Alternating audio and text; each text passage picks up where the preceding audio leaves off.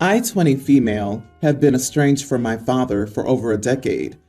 He and my mom divorced when I was 5. My mom was his second wife.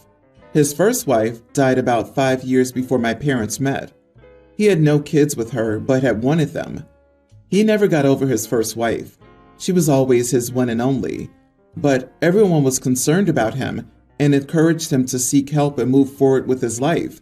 And his brother told him finding someone new to love would help. He met my mom and decided he would just pretend she was his first wife or something. Mom had some concerns, but he told her all the right things, and she was young, 21, so she naively thought it was just how serious relationships go. When Mom was pregnant, she developed eclampsia, and I had to be delivered by emergency C-section. On top of the seizures, Mom had a pretty major bleed. She didn't come around for a couple of weeks. In that time, my father named me after his late wife, had all the paperwork submitted and everything while Mom was sick. It was the beginning of the end for my parents, even though Mom stayed married to him for a few years after that. After the divorce, my mom had primary custody, and my father saw me every other weekend. He very clearly never wanted me. I hate being called his first wife's name, and I hated how he'd only talk about her.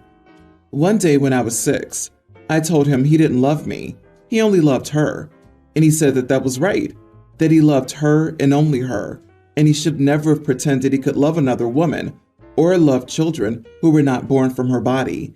He said he could only tolerate me by giving me her name. My mom eventually helped me change my name, something that was complicated to do, but by then, my father was no longer in my life. His parents were good to me. We're close. But now they're celebrating a milestone wedding anniversary, and they want me to attend while my estranged father is there. I haven't seen him or been around him for 10 years. I don't want that to change. They still want me there though, and they begged me. I told them I wouldn't go since he'll be there, but we can celebrate on our own before or after. My uncle said I should be there for them, and I should give my father a chance, and that maybe he's found a way to love me and want me in his life, and that I should have compassion for him. He's all messed up, and even if he is a loser, my grandparents aren't. Am I the idiot for not going to my grandparents' party, since my estranged father will be there? Not the idiot. Your dad is beyond messed up. He named you after his dead first wife while your mom was in critical condition, and then told you he could never love you or your mom. Yep, he gets no more chances. Your uncle needs to take a seat and shut his mouth. See your grandparents for a nice meal or something another day. This isn't worth the mental and emotional toll. Yeah, what your dad did was sick and twisted on multiple levels. I'm sure your grandparents are wonderful, but as you said, you can celebrate afterward. He doesn't deserve a second chance unless he apologizes and makes some effort. Maybe he's found a way to love you? Your uncle has lost his mind. His reason is stupid, especially since the uncle's the one who pressured your father into dating and marrying another woman when he was clearly not ready to move on and put you all in this situation to begin with. Right? Why is it the child's responsibility to mend the relationship with their parents when they've said crap like that to them? Major milestones for celebrations aren't the time for reunification, aka no deadbeat parents should expect their children to reconcile at weddings, funerals, or family parties. If the parent was to reach out, it should be before the party in a neutral location. The only way your father could tolerate you was by giving you her name? Seriously? Your grandparents and uncle know this. They know he's not been in your life. OP, listen to me very carefully. Do not go to that party. Your grandparents will likely use the party to get you two to talk to each other. It's not worth it. You'll only be doing yourself harm if you go. Some backstory. Whenever my mother-in-law visits, my wife always insists that one of the kids give up their room for her. It's usually my oldest, nearly adult, or youngest, young teen, for a couple of reasons. But this time my wife decided that our middle daughter, mid-teen, would be giving up her room no matter what. My youngest also has a cat that my middle daughter is scared of. My wife recently told the kids that my mother-in-law was coming to stay with us for 6 weeks, and announced that it's our middle daughter's turn to give up her room.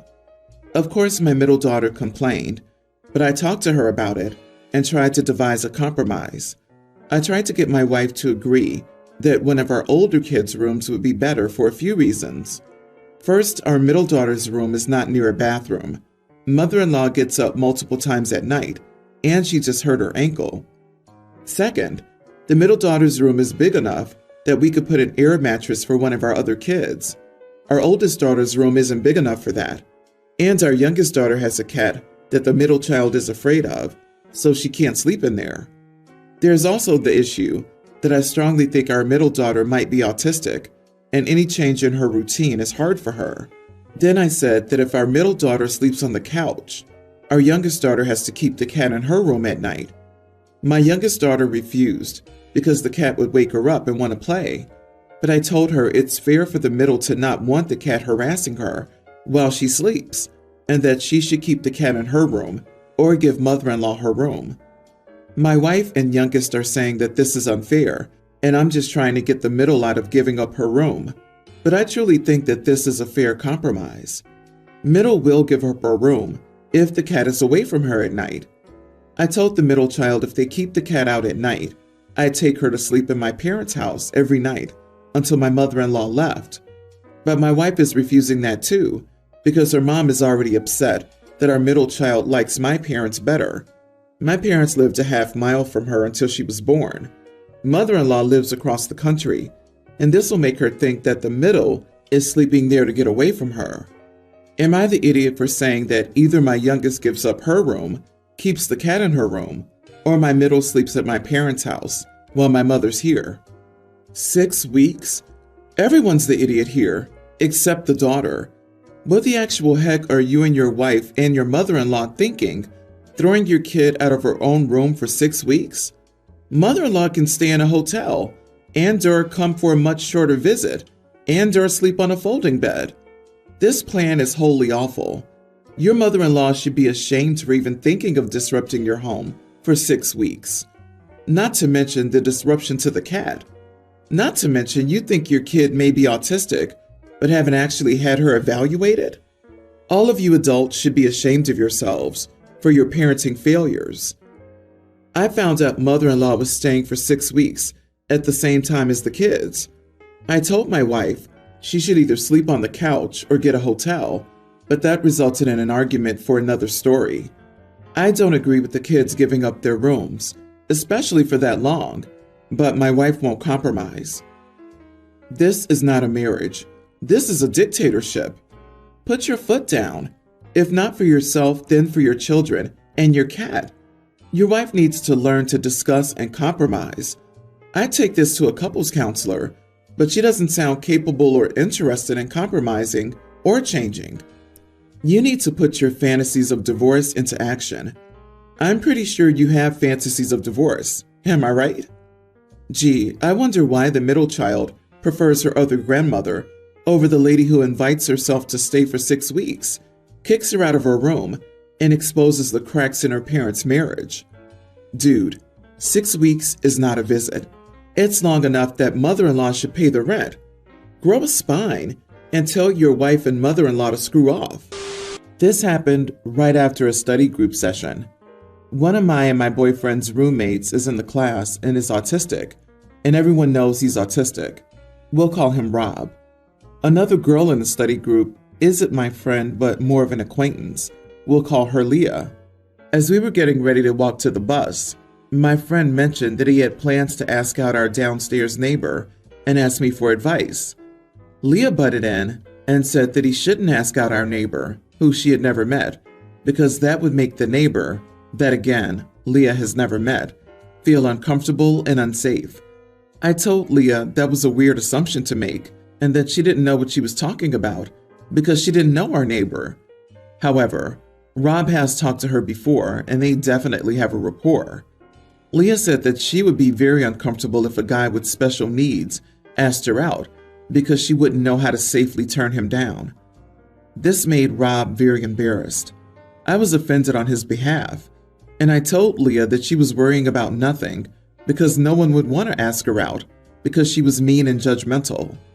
Leah said that weirdos always ask her out, and she was just sticking up for women, which I should be doing, but aren't because I'm a gender traitor.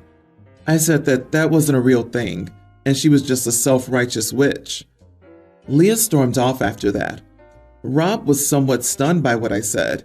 He said he'd never heard me use that kind of language before. Normally, I never talk like that. Full choice of words used in the presence of Rob there.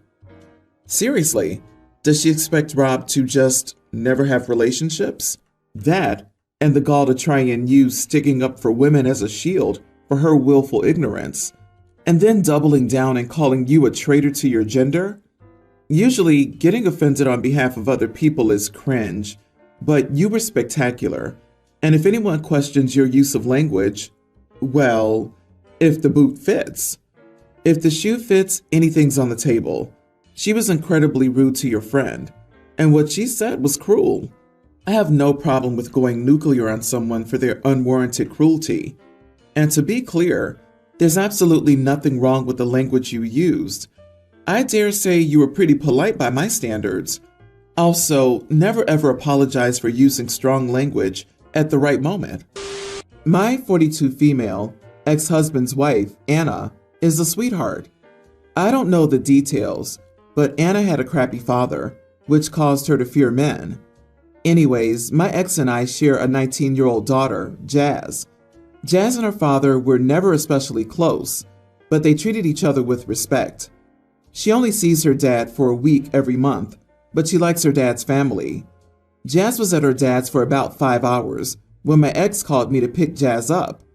She invited her boyfriend over, and they both decided to prank Anna. It was a cruel prank, knowing her history with her father, but Jazz and her boyfriend found it hilarious. Anna was inconsolable, and her kids called their dad because she was upset. I was horrified, but kept my cool to listen to Jazz's side. But when I picked her up, she was like, OMG, it was just a joke, and it was boyfriend's idea. Besides, Anna's grown, and her dad's been dead, so what's the big deal? I asked her if she decided to do the prank, knowing how Anna would react. She argued with me and said, well, it was my boyfriend's idea. I asked her if he had forced her, threatened her, had to beg her. She said no. I asked her if she had laughed and found it funny. She said, yeah, no shame. So I said, then it's your fault, just as much as it's your boyfriend's. If you're that weak that you do something so hurtful just because your boyfriend said so, then clearly I haven't done my part. She seemed to ignore everything I said, except for the you're weak part. She went, wow, Mom, now I know what you really think of me. I told her to cut it out, but she said, you called me weak and insulted me and expected me to listen to you?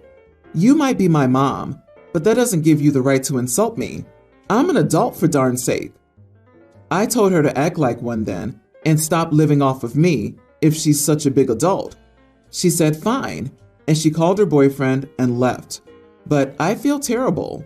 I didn't mean it at all, and now I think I shouldn't have called her weak or told her to stop living off of me. I should have just told her to cut it out, but yeah, I know I can't take it back. But my husband thinks I didn't do anything wrong. Neither does my mom, though she thinks I let her go too easily. I don't know. I'm overwhelmed and confused, and my daughter isn't talking to me, and Anna's apparently not doing too well, and I don't know. Not the idiot. She is weak. It's cowardly to prey on someone's trauma and laugh at it. Also, it's fine for her to play a prank on Anna, purposefully exacerbating her trauma and leaving her inconsolable, but she thinks it's mean to tell your daughter her behavior was weak? Does she see the hypocrisy here?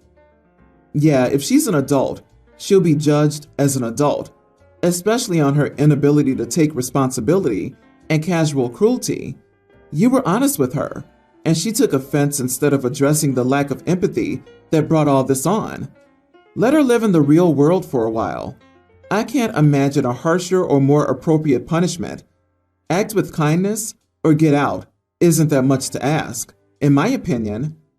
It wouldn't surprise me if she's the one that actually planned it, blamed it on him, and then attacked you when you called her out on her reprehensible behavior.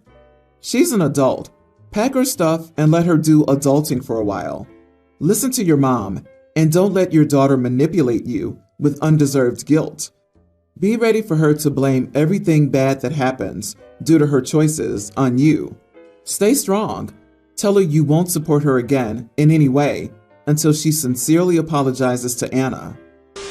My baby had a birthday last week, so we planned a little party for him last weekend.